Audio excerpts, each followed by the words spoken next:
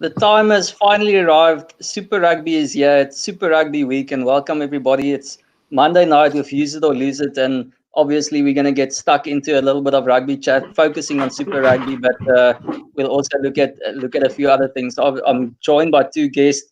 Donovan, welcome to the show. And are you also buying into the hype? Have you started to get excited, or are you still one of those guys who the last time you watched the rugby game was on the 2nd of November? Actually, I actually did take some time off over December. I did have a bit of rugby fatigue, but I've been watching a hell of a lot of Northern Hemisphere rugby, and some of it's highly entertaining and some of it's not. But yeah, I'm looking forward to Super Rugby. Tala, have you been keeping yourself busy? I know you watch a little bit of cricket. If I saw some of the Twitter comments there, but you've been keeping an eye on the northern exposure, or you also taken a bit of an hiatus before Super Rugby? Yeah. No, actually, I haven't watched the full rugby game since the World Cup final. Usually, I do try to keep up with the Northern Hemisphere rugby, but yeah, maybe it was a bit of rugby fatigue. There was a ton of rugby, obviously, in the last year or so. So keeping up with the cricket, that's going well, obviously. Yeah, so I'm excited to see us in our other national sport. Yeah, well, let's hope the South African teams do a bit better than the South African teams are doing in the cricket there. Eh? Donovan, since you're watching up north, maybe just a quick comment there on Champions Cup teams impressing you there. Who's the standout for you at the moment? Champions Cup, I've really enjoyed watching. I think Leinster. I think Leinster are probably going to win it this year. I really have a feeling that they're going to do it. I just love the way that they play. I've really enjoyed the way that Exeter play. It's amazing. It's amazing you watch Exeter play, and they don't play in their 22. They play very little in their own half. But then once they hit the 22 in the opposition, they just amp it up like you won't believe, and it's an exciting game to watch. But for me, it's those two teams have probably been the standout. I've liked Racing. If Saracens probably didn't spend R1 billion on their team, then maybe they could have been at the top as well. But yeah, I've enjoyed those. I've really enjoyed the way that Leinster play. I really do think they're going to get their 5th star. Is Leicester still on for the unbeaten season? Sorry, is Leicester still on for the unbeaten season? I'm not 100% sure. I know they drew one of their games, so maybe they are. Okay. I must say, I don't think I can't really remember Leinster losing one, and if they did, it certainly wasn't at home. That's like such an incredible fortress. It's just amazing what they've been doing there. I must say, out of personal preference, I do like Leinster, but they've been doing it so often. I'd love to lose to really put in a good show there. I love the way they play rugby as well, and it's pretty spectacular and creative and lovely to watch. And obviously, we've got that Colby influence there. So from that point of view, it's always good to watch. Tala, I don't know if you want to add something else there, but otherwise, in terms of the Six Nations, is there anything you're looking forward to, and anyone that you in particular thinking, are England going to cruise this, or does someone else have a chance? I was actually having a good look at the fixtures today, and I saw England has did most of their big games at home. So Wales and Ireland, they're playing at home, and the big game that's away is France. I'm sort of counting Scotland and Italy out. Yeah, I think this is England's one. I do see them maybe losing the first game in Paris, but after that, I think they will get the Triple Crown, and I think they're a good chance to win the Six Nations. They've obviously kept more or less the same coaching team. It's more or less the same players from the World Cup. They're the team that I think with South Africa have one of the youngest squads from that World Cup, and it's obviously the two teams are in the final, so they're quite well set up for the next 3-4 years as well. But I can't see anything too dramatic, or I can't see any reason why England wouldn't win the Six Nations. But I think France might be a sneaky good team this year. That's a team I would sort of put forward as a potential World Cup finalist in 2023. Lots of good young players, and maybe, obviously typical French, they might be good one day and bad the other. But, they could put some results together, I think. Unbiased, you think England are going to cruise this, or can someone challenge them? Have Ireland run their course, or is there anyone else that can do the business? Look, I think it's if England don't win it, I think that would have been a really unsuccessful campaign for them. I doubt they're going to. I don't know if they're going to get the Grand Slam, but I think that's what they're going to be trying to aim for. Let's be honest. The best game in the World Cup probably was that England-New Zealand game, and they do have they've got the continuation in coaching. They've got the players. They should be the top team. I wouldn't write Ireland off. Never write Ireland off. I still think they've got a formidable pack. I'm hoping they do a few strategic moves with some players. But France, I don't see them this year. If they do well this year, it's just a bonus. I've got a feeling that they're just going to be blooding new players quite drastically. They've got the respect of their coach. I think they're planning for 2023. If they can get the cycle right, they'll end up with these 14, 15 young guys with 30, 40 caps when they get to the World Cup. And they're going to make them an absolute force next World Cup. But yeah, I still see England winning. Maybe not comfortably, but I still see them winning. Yeah, I must say it'll be pretty amazing seeing guys like Intermark and those guys start to settle into international rugby. I think the French have so much talent there, and it's just a case of maybe the system, the administration, and the coaching and the selectors not screwing things up. I think for the rest, they pretty much lined up there to do well. Guys, let's go to Super Rugby. We chatted about the South African teams last week quite in depth, but I'm obviously going to give you guys a quick shout there in terms of the South African teams. Who do you fancy to do? Let's say not so well, and need to do really well other South African teams. Tola, let's go. Did not so well. I'll have to start at home, or at least my favorite team, which is the Bulls. I'm not too keen on their chances this year. I just think we don't have sort of necessarily the star power. Apart from maybe our front row, nothing is sort of like at least international class. There's quite a few sort of teams that are at least with the other teams, they've kept at least some sort of like either really great Super Rugby players or obviously Springbok players in their team as well. And we've lost obviously the bulk of Dwayne Pollard, etc. So I think the conference, if we put in the Jaguares as well, the conference is basically the Stormers and the Jaguares sort of fighting for the top, and the Bulls and Lions fighting for the bottom, and the Sharks could maybe go up or go down, sort of depending on their season. So that's the one team I don't think will do that well. The team I think will do well is the Stormers. It feels very futile to say this might be the year, but this might be the year for the Stormers. I think they've got the best pack in the competition. I think they even are better than the Crusaders. Lots of Springboks, lots of people that did really well at the World Cup. So it just depends if they're hungry. And it sounds like from what Peter Steff has said in interviews, what Kolisi has said, that they want to tick this off as well in their achievements list. And they haven't done well in Super Rugby, I think, since that generation of players has been there. So they want to do as well as possible. Do I think they'll win the Super Rugby eventually? I don't think so, or at least this year. But they've got a really great pack. Herschel and Damien Willems are quite young, but I think it's as good as a 9-10 combination as you can get in the competition. Outside backs aren't the best ever. I mean, I do think though that they have some dangerous players there, but I think it's a good enough team and a deep enough squad to do some damage in the competition. Donovan, do you agree that the Stormers are probably, especially from the South African point of view, the team to beat? And I asked this last week, do you think there's a possibility that there might be a little bit of a World Cup hangover for the big contingent of Boks, or do you think it's an absolute benefit for them having them in the squad? When I started looking at the teams and I think they kept 7 or 8 of their Springboks. Any team would be super happy to have that many Springboks. And you're absolutely right. Tola's absolutely right. The Crusaders don't even have that many All Blacks. So, but it's a new coach, so we're going to hear the same old every year. We're building. I think I heard that from Robbie Fleck 15 years in a row. So, they've got the players. I just don't think that they have they have the back room sorted out yet. I still think they've got administration issues. I think they supposedly broke.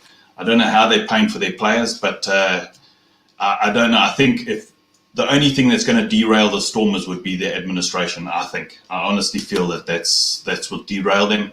I think the Bulls will come first from the bottom. So I had to say it that way. So I'm hoping that they don't come last, but I think they've been absolutely decimated with talent. Absolutely decimated. Rock, 8-man, centres, you name it, across the park. You're talking almost your entire spine gone.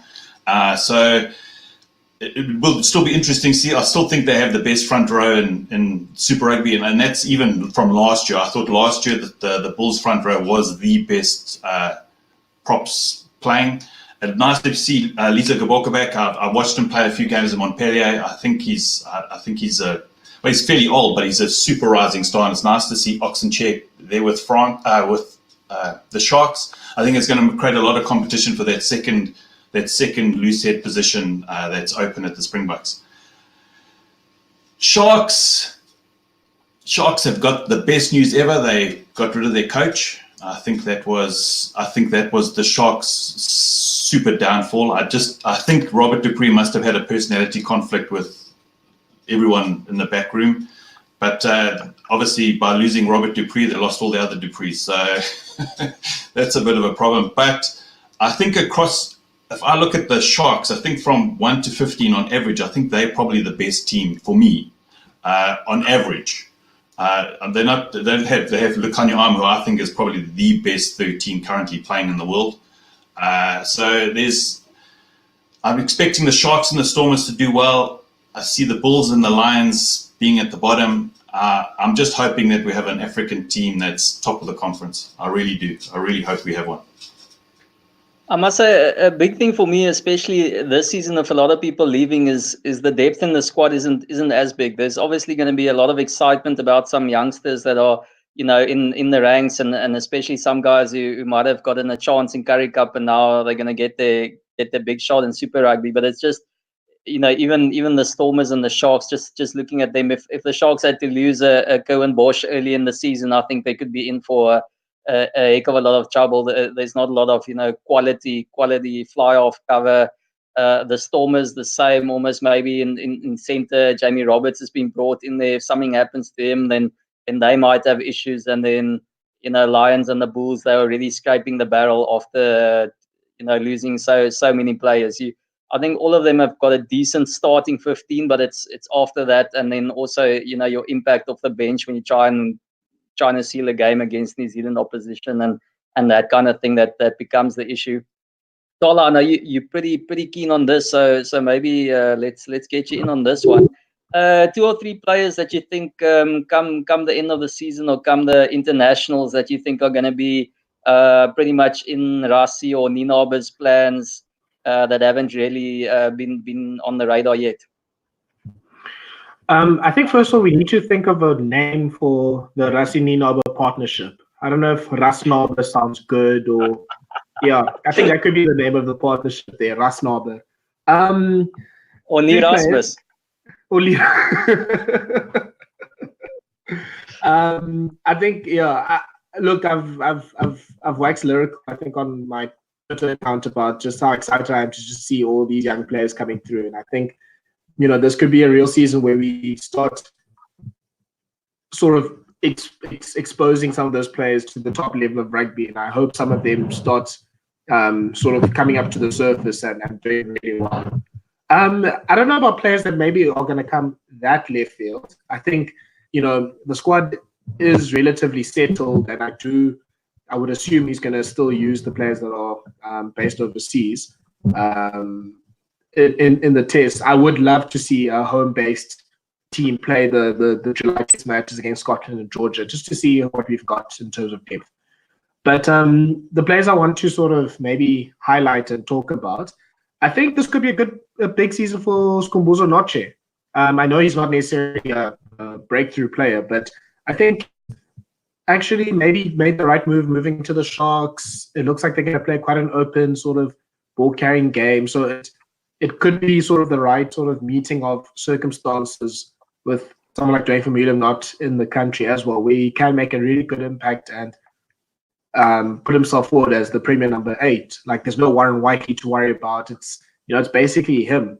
Maybe Sia Kolisi might actually play 8 as well. But I think he'll play well with that team, and he's going to be the experienced head amongst that 8, 9, 10 spine as well for the team. So I'm quite interested to see how he goes. I think another player that could sort of make a big sort of impact this season are, I think, any of those Stormers locks in Murat, Schickerling, and Van Zyl. I think they are set to have big seasons as well.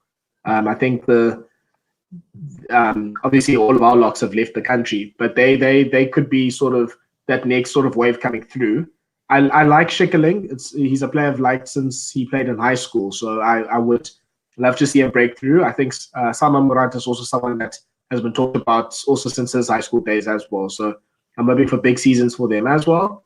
In the Lions side, I'm a very massive Simelane fan, and I would love to see him play. I'm very disappointed he's not in the squad for the Argentina game, but it seems like he's either injured or they're resting him or whatever the situation is. But yeah, I think he'll have a good season. I know he played quite well in the Currie Cup. Wasn't the best in defense. I'll be the first to admit that, but I think he's just got so much potential just to break teams open. And then on the Bulls side, also not necessarily someone with a breakthrough type of season, but I think there's also a big season for Warwick Gelant to make a big sort of play for the Springboks. And now it's getting a bit tight because the likes of Apelele Fassi are coming through. The Lates, I think, should be seriously considered for the Springboks as well. And it sounds like Tyron Green is also going to probably play well for the Lions. So he needs to sort of just put himself a bit forward because he didn't really, obviously with limited opportunities, play that well for the Springboks. And he's always been someone that if he does do a run of games in the Super Rugby level, he does show his class. So hopefully an injury-free season, and I hope a season where he can put some performances together. Donovan, players you're looking forward to shining and putting their name in the Erasmus hat there, but and please don't say Monestein. Yeah. That's not going to happen. I've really enjoyed watching Fassi play for the last couple of years. I think he's a real find. If Warwick Gelant, he needs to step up. I think it's time for him to actually take that 15 jersey. It really is time. If he doesn't, then it's probably time to give Fassi a chance. 30 to 40 caps to get to the next World Cup this next World Cup cycle, and then we've got a really good 15. Other players I'm looking forward to seeing. Because I don't really watch a lot of Pro 14, so nice to see Oxa. I'd like to see what his scrumming technique is like, especially against some of the more mobile props that come from New Zealand. I just want to really see how his work rate is, because I thought Lizo Gaboko last year was just sublime. So I'd like to see, because Oxenchair was always touted as the next loose head for South Africa. So it'd be nice to see that. Then we'll finally know the answer. Is Curran Bosch at 10? Is Damon Phillips at 10? We'll know it. We'll finally find out this season. But there's a few players that I'm just trying to go through the list. I've got them all here in front of me, but now I've got so many in front of me I don't know what to look at. But yeah, my main player is probably from the Sharks. I like Fassi. I liked how Buthelezi played when he was a lot younger, when he was captain. I think he was captain for the under-20s, if I'm not mistaken. I thought he was absolutely amazing there. So I'm hoping that he can obviously take that role further into the Sharks, because I think he is a player for the future. But yeah, I'm exactly the same. I'm hoping that the Georgia and all those kind of games we use South African-based players. I think it's time that we reward the players that stay back behind. But I've also realised that over the last couple of years, I think the cap for Super Rugby is 60 million, if I'm not mistaken. I think that was the cap. I think it's about 30 million shy of what it should be. So I think with an extra 30 million, we could probably keep some of our better players. So I think the salary cap should at least be about 90. That's just my 2 cents. I'm sure it'll be a little bit of a trial and error there for Erasmus, and that might be might be changed a little bit. And yeah, I think I said it last week. Sharks, JJ van der Merch. I think we need that big bruising number 4. He's a youngster. He could step into that role. Looking forward to that. Nohamba, I think he's actually a realistic bolter for box squad. I wouldn't be surprised if he has a really good season, if he makes it as a bench scrum off. Fussy, definitely. I think he'll be in the mix there. Tyrone Green, I'm looking forward to a good season. Hopefully gets a lot of game time for the Lions, so that's going to be interesting. And you mentioned Atala as well. Murad, to me, I think he's definitely going to be. I think they've touted him a long time ago, and if he keeps going with the progression and what they think he's going to do, then I think he'll be there sooner rather than later. So that's going to be interesting. Guys, we were supposed to talk about the overseas team. So 20 minutes in, let's start hitting those guys. Australia, let's look at Australia first. I'm just going to open my own sheet here. Donovan, let's start with you. I've got the Rebels finished 11th last season. They've lost Hugh Roach, Adam Coleman, Genia, Quade Cooper, Jack Maddox. And they've brought in Gideon Kuchlenberg, Ruan Smith, and Michael Wells. Those are just some of the significant ones. I don't know if you guys know anything else. What do you think about Dave Wessels and his Rebels team this season? Are they contenders for the Aussie Conference and contenders for the trophy? No, I don't think they are. I don't think they should have been selected over the Force. That was my two cents worth from there. I just don't think rugby is a big sport in Melbourne. That's just I just don't think that at all. They always seem to start fairly well when the rest of the other teams are a bit more unfit and the skill sets are a little bit low. So they start off with this huge big bang and then they just start going downhill from there. So I'm expecting a very, very similar season to them. They haven't added really any big signings, I don't think. No one that I've really coming in. No, Kuchlenberg, Ruan Smith, and Michael Wells. No one that's going to shoot the lights out. Yeah, look, I don't see them doing. I don't see them winning, but I don't see them coming last. Probably about third or fourth in their conference. Tola, it's always strange as Unbiased says there. It's like they start off with a bang, and it's it hasn't been 1 year or 2 years. It's been perennially the case, and then they run out of puff. Is this the year that Dave Wessels gets them going for the entire 4 months, or do you see the same kind of trend happening again? Yeah, listen, I'm not sure what to make of the Australian Conference. I think you can talk yourself into any of the 4 teams maybe making a run for different reasons. I think the Rebels' sort of best justification is that if you close your eyes and pretend that rugby isn't played up front, from 6 to 15, they've got a pretty good side. The likes of Masarani are there. Matt Tumor is playing 10. Corbett is probably one of the best wingers in the world, I think, after the World Cup. Is there Reece Hodge, Dan Hellepetty. So really, really good options there. And I mean, even someone like is it Weeks or Meeks in the centers as well. It's a decent Super Rugby player. But yeah, then you get to the front row, it's bad. I'm hoping that Ron Smith can help. I don't think he's even the best sort of prop brother in the family, but it's getting. You obviously teams like that aren't going to be great in terms of going all the way and winning a Super Rugby competition. I think if you could merge them with the Brumbies, you'd have an amazing team. But yeah, I'll talk about sort of what merges I would do for the Aussie team, because I think the Brumbies front 5 and the Rebels 6 to 15 would be amazing. And the Waratahs and the Rays, if you sort of put them all together as well, they'd also be a really good team. Guys, I think maybe for this one I'll skip to the others, and what I just want to show, to me it's a straight shootout between the Rebels and the Brumbies. So I just quickly want to list let's say the Waratahs. I mean, the Waratahs finished 12th last season, which wasn't a great effort, and this season they lose Sikopi Kepu, Tola Latu, Polotanau, Michael Wells, Nick Phipps, Bernard Foley, Chris Rona, Adam Ashley Cooper, and Israel Folau. I mean, that is a significant amount of losses. And if you look at the signings, it's pretty much Jack Maddox on the wing. So, to me, there's obviously, they had some prima donnas last season and they didn't live up to expectations and deliver like they could. And there must have been some Daryl Gibson issues internally in the camp. But I just don't see this squad being able to mix it with the best of the best.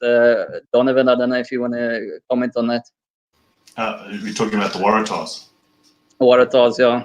Yeah, I don't see it at all.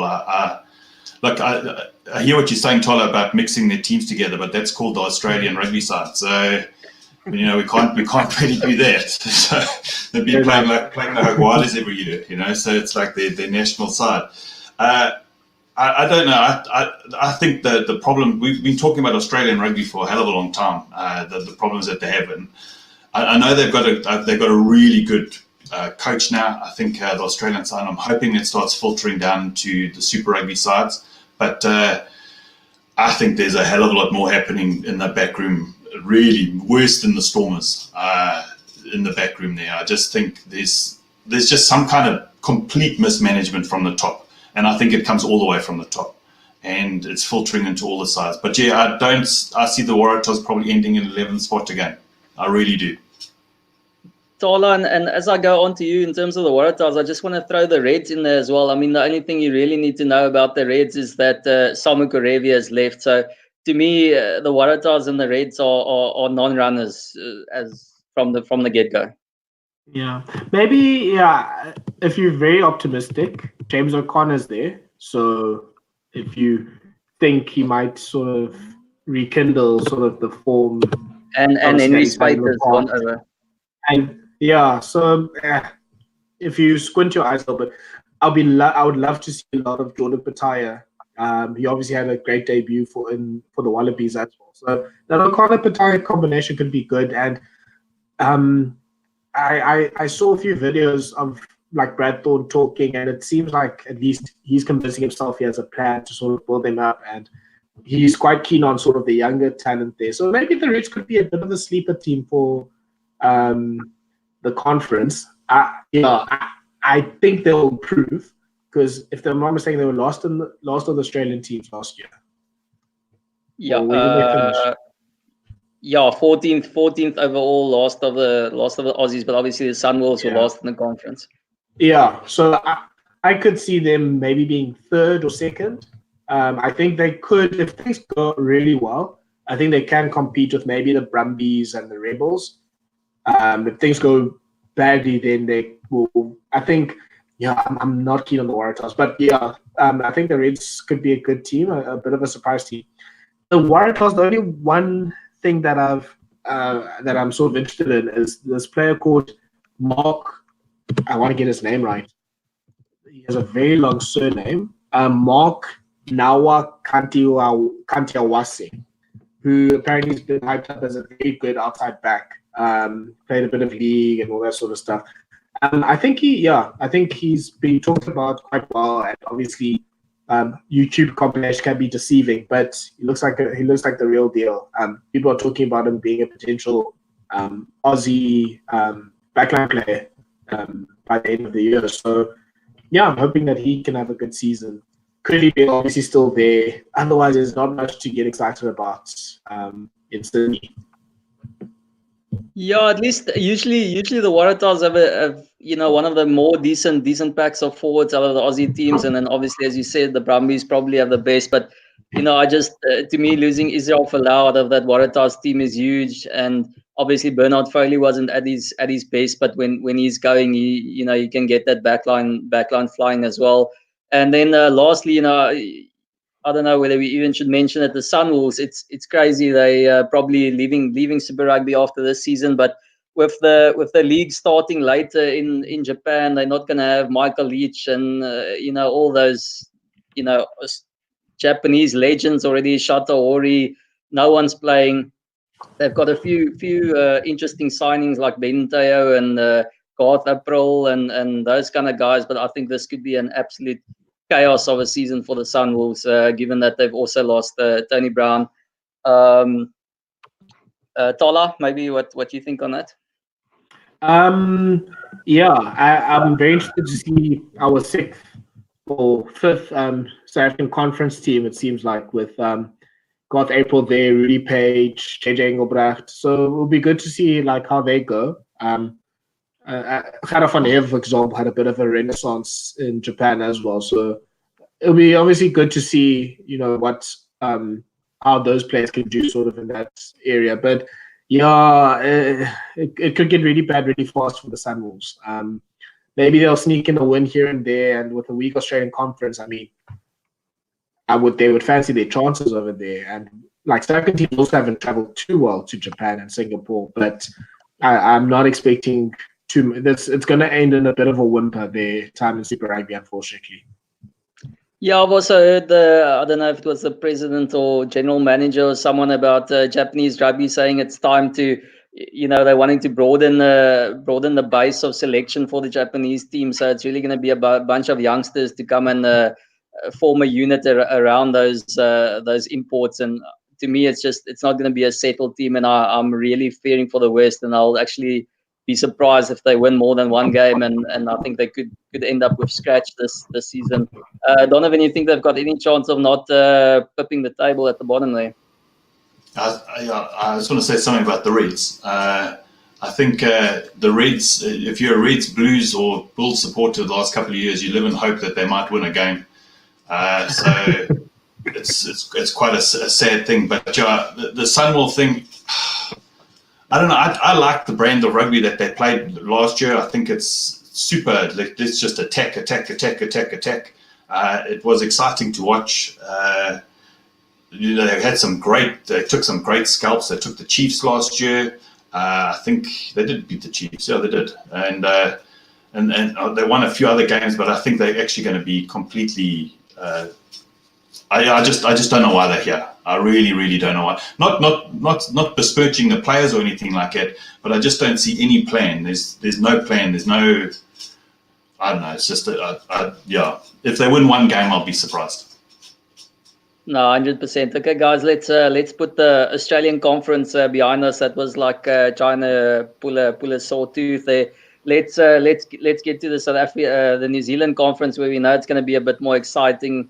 Obviously, we've lost quite a few international players. So again, they're in pretty much the same boat as the South Africans. They've lost big name players, and it's going to be interesting to see some of these younger guns come into the system and show us what they got, because that's usually been the big thing about New Zealand. Just as you think they're starting to suffer some exodus, you just find the new Sonny Bill Williams who comes out, or Richie Mo'unga, and those kind of guys who just keep peeling out of the factory there. So let's just run through the New Zealanders. Maybe I'll start from the bottom instead of the top this time around, or the bottom as I have it.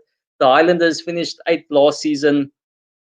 Significant losses: Luke Whitelock, Jackson Emapo, Liam Squire, Elliot Dixon, Marty Banks, Matt Faddis, Richard Buckman, Waisaki Noholo, Tavita Lee, Ben Smith. And that sounds like a heck of a lot of players for a squad that didn't really have the most internationals to start off with. Donovan, you think the Highlanders are also ran and possibly in danger of finishing last there, or you think you expect something better from them? Yeah, I think I've got a feeling that they are going to end up last. I think they've got. There was I don't know if you watched the breakdown last week, but they introduced all the New Zealand sides, and it was quite interesting to see. And I think they're going after. They're bringing in a lot of young guns, a lot of new talent that's coming through. So I don't see it this year being their year. I don't see next year being their year. But I think 2 years' time, I think they're going to start having the players. But let's be honest, it's New Zealand. You're absolutely right. It's one player goes, another one just replaces it. So it's just one of those. Just the kind of country that they are. So, but yeah, I don't see them actually winning the conference at all. Oh, sorry, I have to say that I've watched a lot of Northern Hemisphere rugby. I've watched a lot of South African rugby. But the best games in the world have to be New Zealand derbies, and I'm looking forward to them again. Definitely, I hear you on that one. Tala, obviously, I think it's never going to be easy going to Dunedin and winning a rugby game, but I just don't see them featuring this year. Do you have any other thoughts on that?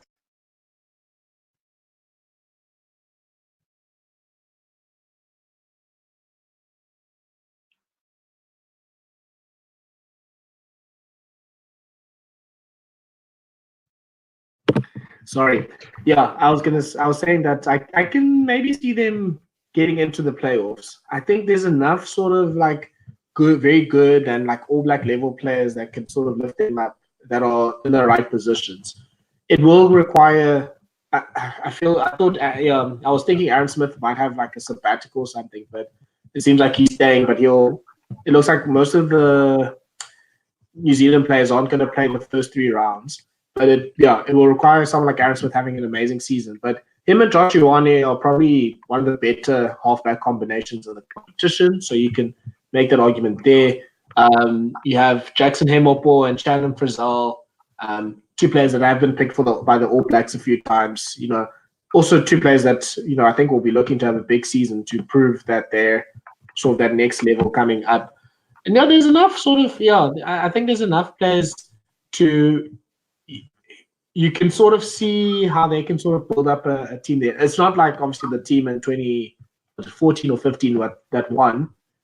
Or I should say it is a little bit similar to the team that won in 2015 because apart from obviously all the star players, they had like all these very good players that can do a job and can do their basics, and I see a lot of that in this Highlander squad. So I'd be pretty surprised if they lose more matches than they win. And I think, they can maybe end up maybe 3rd in the conference. Okay, we'll steer more towards what you think is going to happen then in the conference in general. The Blues, everyone's a bogey team, never really know what to expect from them. Everyone always, I think they might be, as Donovan actually said, the Stormers of New Zealand rugby there, where they've got plenty of talent, but they just can't seem to put it together on the park. This season they've lost Milani Nanai, Sonny Ball Williams, Nonu, and Augustine Pulu, and they've brought in one big signing, and that's Bowden Barrett. Ola, your thoughts? Yeah. So Bowden, if I am not mistaken, he has sabbatical until April. He was actually at the Grammys last night, so he's enjoying himself in America. But that'll be interesting to see because they have a few young sort of 10s and Otere Black and Harry Plummer that can also step in. So not the best sort of young talents in the world, but also players that can maybe do a job. So they've got that other youngster who missed most of last season as well. He used to play a little bit of fullback and fly off. He's also in the mix, and I must say he's quite a talented lad. Yeah. So I mean, I think their theory is if they can sort of just keep it together, win about 60% of their matches, then Barrett comes in, they could make a run for the playoffs. I think it's a year too early for them. I think maybe next season the Barrett kicker will start coming in. But a lot of good players. The Ioane brothers are there, and I think both of them have a big thing to prove in terms of Akira not even being selected and looking to get selected now. Akira Reeder's gone, and Rico Ioane obviously being dropped. I don't want them to play him at center. I'm hoping that they play him in the wing. Dalton Papili is a very good flanker, I think, as well. They've got very good props, Tunafake and Tungafasi as well. So, I think a lot of people have been burnt by the Blues bus before. I'm not gonna jump on the bus yet. I think they'll probably finish at the bottom of the conference again. Yeah, it's tough supporting them with any confidence. Donovan, you think Leon McDonald? He's had a couple of years there now. Hopefully, he's starting to rub off and his influence. I mean, it's almost strange thinking that they're such a mercurial team, and he seems such a calm, measured kind of guy. So hopefully that switch is starting to happen. You think it's happening this season, or they still got to wait a bit? Look, they won the Mitre 10. They did. They did win the Mitre 10. They've got the players. They seem to have everything across the park. They have everything. It's just they just can't seem to put it together. So some things just never gels from year to year. This is the team that beats the British and Irish Lions one week and then loses against probably the Sunwolves the following week. You just never know. It's like watching a Sharks game. You just never know who's going to win. So that's what frustrates me the most. I think I don't like Rico Ioane playing centre. I think I really don't. I don't think it's a good move. I feel for Akira Ioane, but I have a feeling maybe he should change positions. I'm saying I know he plays number 8, but I know New Zealand are desperate for a blindside. They're from, if we talk about Toulouse, we were talking about Toulouse the other day. You must watch Jerome Kona. At least the guy's just an absolute beast. And the drop off from him, they just haven't had a good, decent blindside since him. And I just think Akira needs to change positions, because I think Ardie Severe's probably going to start moving across to 8. And I think if he wants to make the All Blacks, I think that's what he's going to have to follow. But I think they've got the props. They've got the loose forward. Papalia just is an absolute beast of a player. I don't see them winning this conference, but I don't see them coming last. Okay, guys, we know who's going to be competing for the also rounds in that New Zealand conference. Now let's get to the business end of the log. Let's say Hurricanes. Obviously, they've been in the mix. They've been competing the last few seasons. This season, they go in minus 2 of their key players. Beauden Barrett obviously been moved over, and Ardie Severe missing, I think, probably for the whole season, or at least the majority of the season. So, and John Plumtree as well out of action with the All Blacks. So quite a few changes for them. Just looking quickly, the rest aren't. Milner Scudder wasn't involved big time last season in any case, and Matt Proctor has also moved on. Donovan, you expecting them to suffer a little bit of a setback this season without some of those guys, or do you think this is the Hurricanes and they'll keep chugging along? I just feel John Plumtree's got a really specific way of training. I think you can see he's got just a real specific way. He breeds this aggression into the players. And I just think the loss of him mid pre-season, I think, is going to really hurt them. And I think I think that's the biggest loss that they have. Like, you can lose Beauden Barrett, and you can lose those kind of players, but to lose your top head coach that early, that close to the season, I think that's going to be the biggest thing. I'm hoping. Nice to see Dane Cole's back in fighting fitness. I think he's going to really be fighting for the number 2 spot against what's his name, Cody Taylor. Yeah, Cody Taylor. So I still see that I touted them to win Super Rugby this year, but after seeing John Plumtree leaving and all of that, I think it's going to be a slugfest between the Chiefs and the Crusaders. I think I see the Hurricanes coming third.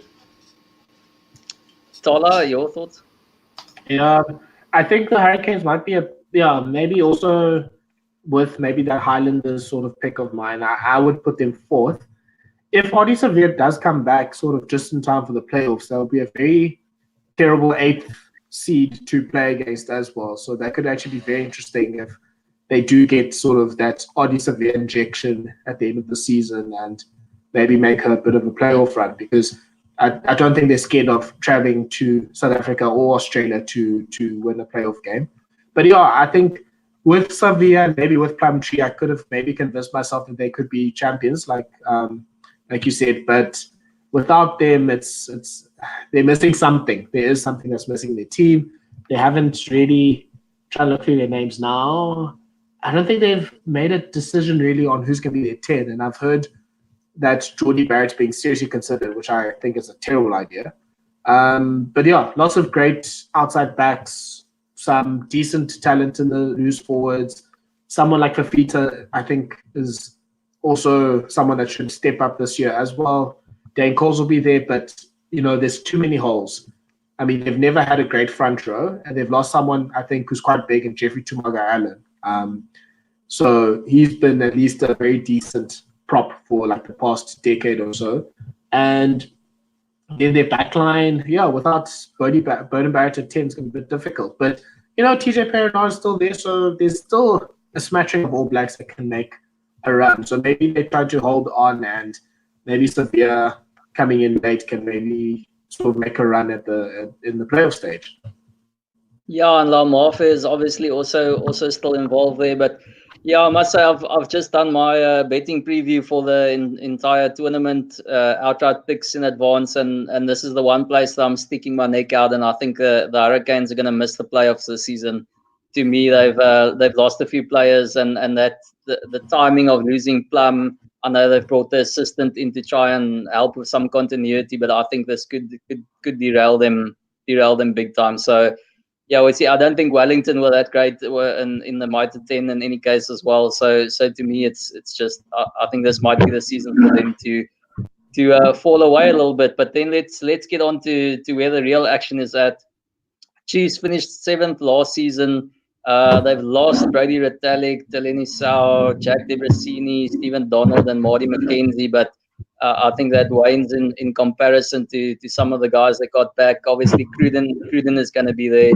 Everyone's talking about the difference Warren Gatlin's going to make. And I think the big thing for them is not so much the signings, but having a Sam Cane there from the start of the season. Alamalu on the wing, who's had injury issues and now can start a preseason and start a full season. That's going to be pretty big for them. Who else? Damian McKenzie as well. Of course, he's going to be back. Hopefully, I think from the start of the season there. So those are huge factors to me, and I see this Chiefs team being a real someone or something to account for. Donovan, your thoughts on the Chiefs this season? I think I have a feeling that they could probably take the competition. I think they do have the players. I think they've got some. There's Angus Tava. They've got one of the decent prop, a real nice mobile prop. I think having the two double playmakers with Aaron Cruden and DMAC at 15. I think when it comes to crunch games, I think that's. I'll tell you this right now. DMAC out of the All Black squad was a direct result of New Zealand not progressing to the final. I think he's an absolutely special player, and it'd be great to see him back. But Joe, I just think the Chiefs are settled. They've got a new coach, but it's a pretty decent coach. Let's be honest, and he's talking to the guys. He's got quite a relaxed kind of style with the players. I just see them doing really well, and I'm actually touting them to actually win. Make my father-in-law really happy one day, so if the Chiefs won. Tala, you share the optimism? I probably would still put the Crusaders a little bit ahead, but I think this could be definitely the final between them and the Chiefs. I think the only players that I would also add to what Donovan said is Nepula Olala. Obviously, he won the tight head spot for the All Blacks last year. Really good prop. Obviously, been battling with injuries. Solid scrummager. I think he can at least he won't be pushed back. I can't see too many except for maybe someone like Kitself and Kobuka giving them a hard time around the tournament. And then Luke Jacobson, he didn't. What do you call it? He got injured early in the World Cup, but he was a player that Steve Hansen was very big on and is potentially that blindside flank that New Zealand's looking for. And if Jacobson can sort of take that big step, he can offset sort of losing Brody Retallick, because I think that's the one. If this team had Brody Retallick, I think they would be the clear favorites. So it sounds like Jacobson can play really well, and along the lines of someone that can play in the All Blacks regularly, that will make them a very dangerous team. We don't even have to talk about their backline. They've just got dangerous players everywhere. Their backline bench options. Someone like Taurangarai being in their bench, someone like Sean Wanui, Sean Stevenson. I mean, that's really dangerous already. So I think they are very, very close. I won't be too surprised they win the tournament. Guys, again on the preview, I started writing and I looked at some of the names that the Crusaders lost. Kieran Reid, Sam Whitelock, Owen Franks. Who else? Loads. Ben Fennell, Jordan Taufua, and of course Ryan Crotty. Yeah, I mean, you look at that list and you think there's just no team in the world that can compete after that. That's just incredible. I think it's 7 or 8 All Blacks and not just fringe All Blacks. That's proper guys. And some guys in the pack losing. But then you look at that back line, you were talking about the Hurricanes and even the Chiefs with the back lines they have. But, you've got guys there with the Crusaders, Matehele, who might not even get a start or get a run, with Sibu Rees and George Bridge on the wing, David Avili at the back. You've got Baden Enor and Will Jordan. It's incredible the kind of players these guys have to call on, and that just makes you think. You can see why they're still number one. And you look at some of the options in the front row, and still Cody Taylor and what's that? The backup hooker as well. He's decent. It's just, I don't know. There's quality across the park, even after losing all those guys. Tala, you're still impressed with this Crusaders team. Obviously, you said you still think they're going to do the business. Yeah, I think they almost will win it by mistake. Like, I think one of those teams where, you've been so used to winning that it just sort of just carries on, even if you aren't necessarily playing at your absolute best. There's still enough. Yeah, I mean, look, losing obviously all those players is going to be big, and I think any other team would fall off. But it seems like the Crusaders have that DNA of knowing how to get themselves into the business end of the competition. They know exactly how to win, and if they're in Christchurch for finals competition, it's almost impossible for them to be beaten. So, yeah, I think they can still get themselves. It won't be as clear as other years, but I think they can get themselves still to the number one position. I think you mentioned all the players there. I think Joe Moody, at least being there as a prop, is good, with Owen Franks not being there. So there's still enough sort of All Black quality throughout their team for them to be a really, really good team.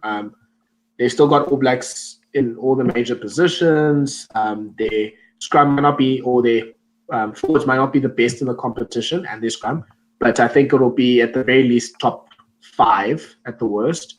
And then, like you just mentioned, their backline has a lot of dangerous players. I think they do need, ideally, a Ryan Crotty would have helped, just one experienced player just to sort of keep the balance. But, if all of those players play anywhere close to their full potential, it's going to get very scary for the rest of the competition.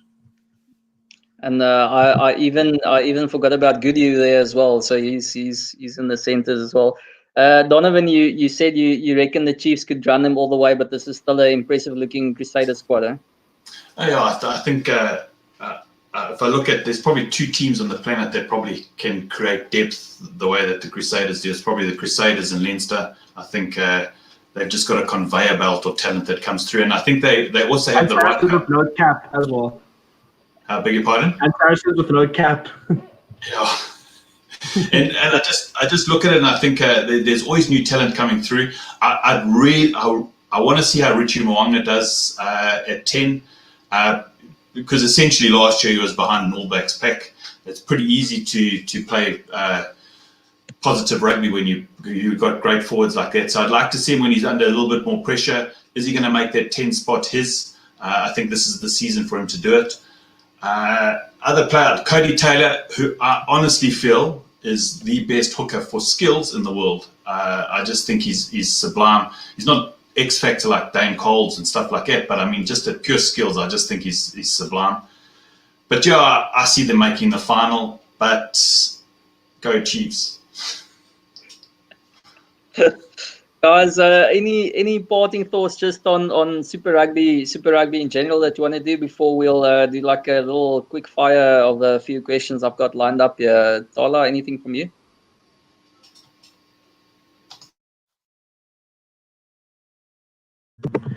I was going to say, sorry, I could see this. I'm going to regret saying this in a platform like this. But I could see the draw working out and the final being Crusaders versus Stormers. If, the Chiefs fall out because of the whole not being the same, like the conference winners and all that sort of stuff, I can see it happening. And either way, the Crusaders will win because Cape Town or Christchurch is a home game for them.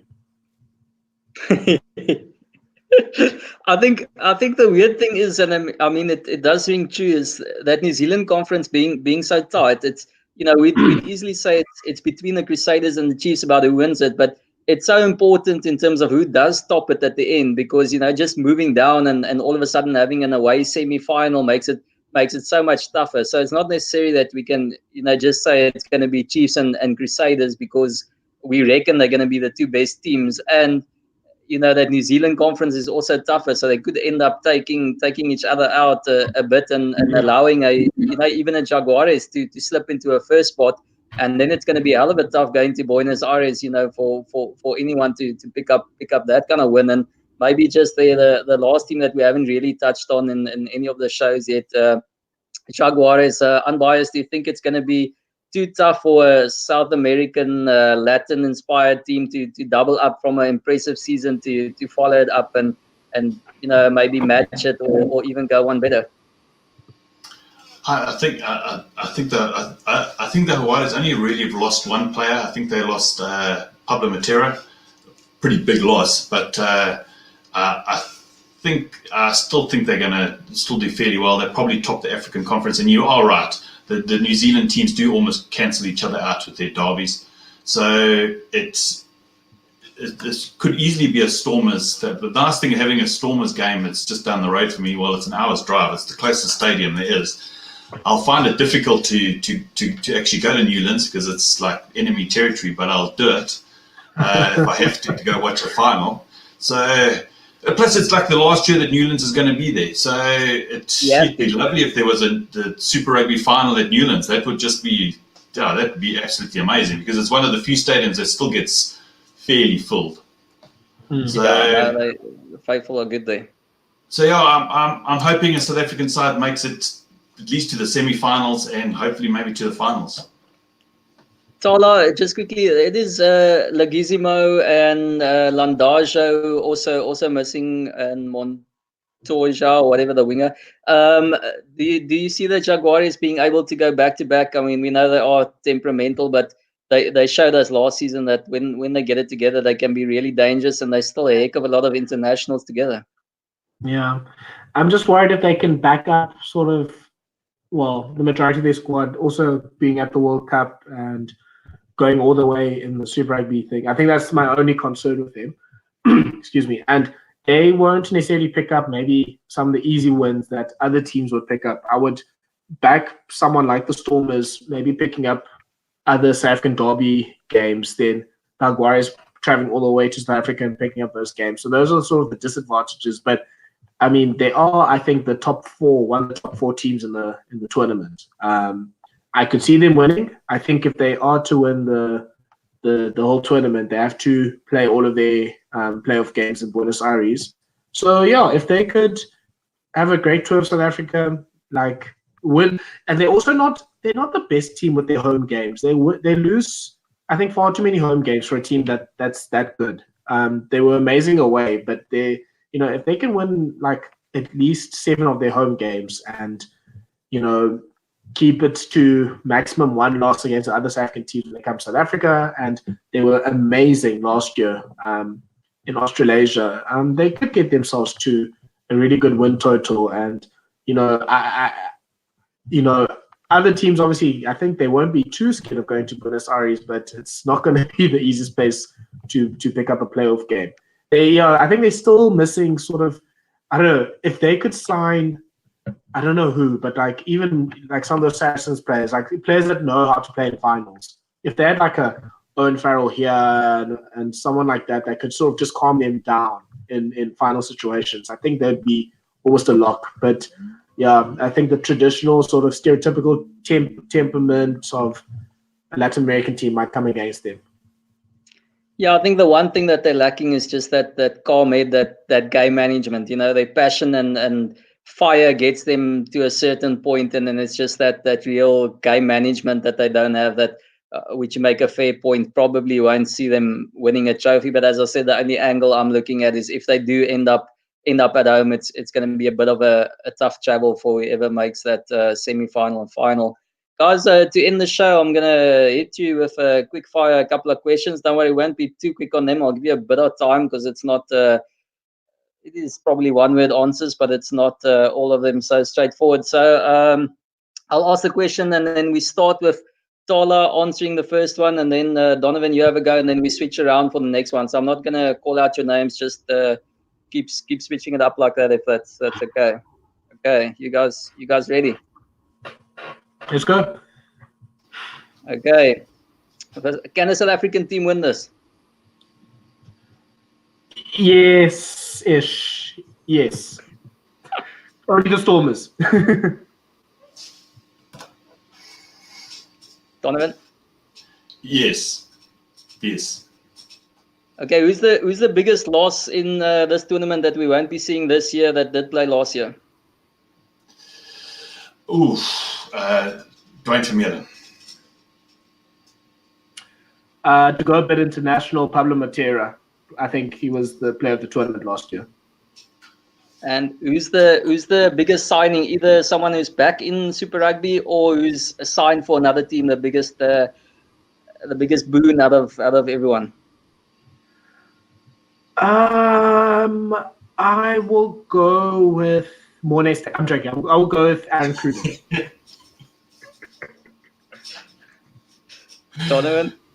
That was going to be my joke. No, I'd say Bowden Barrett for the Blues.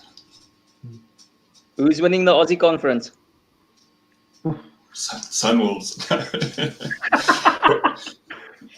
No, it's probably going to be. Sure. Okay. Actually, you know what? I'm going to say it. The Reds. I wanted to be a bit controversial by saying the Reds, but I'll keep it conservative. I'll go with the Brumbies. Okay, at the end of the season, who's going to have the better season, Moanga or Bowden? I think Richie, just because you'll play more games. I think Bowden might take a bit of time to get. He'll be that typical sort of playing those first few games pretty bad, and then in July when they play for the All Blacks, he'll be back to shape again. Donovan? Yeah, I'd say Bowden all the way. Geordie or D-Mac? D-Mac. D-Mac. Okay, guys, last one. Who's winning Super Rugby 2020? Crusaders. Chiefs. Hey. Okay, I'm not going to say Sharks, but anyway, guys, thanks so much for joining me. It was great having a chat, and I hope you guys are as stoked as I am that Super Rugby's back. And I think Donovan said it best earlier. There's almost nothing like a proper Super Rugby game played at its very best. The New Zealand derbies are great, and even when the South Africans get the New Zealanders over here and we can have a shot at beating them, that's great as well. So I'm really looking forward to this, and thanks for joining me, and hopefully we'll do it again soon. Thank you very much. Thank you so much.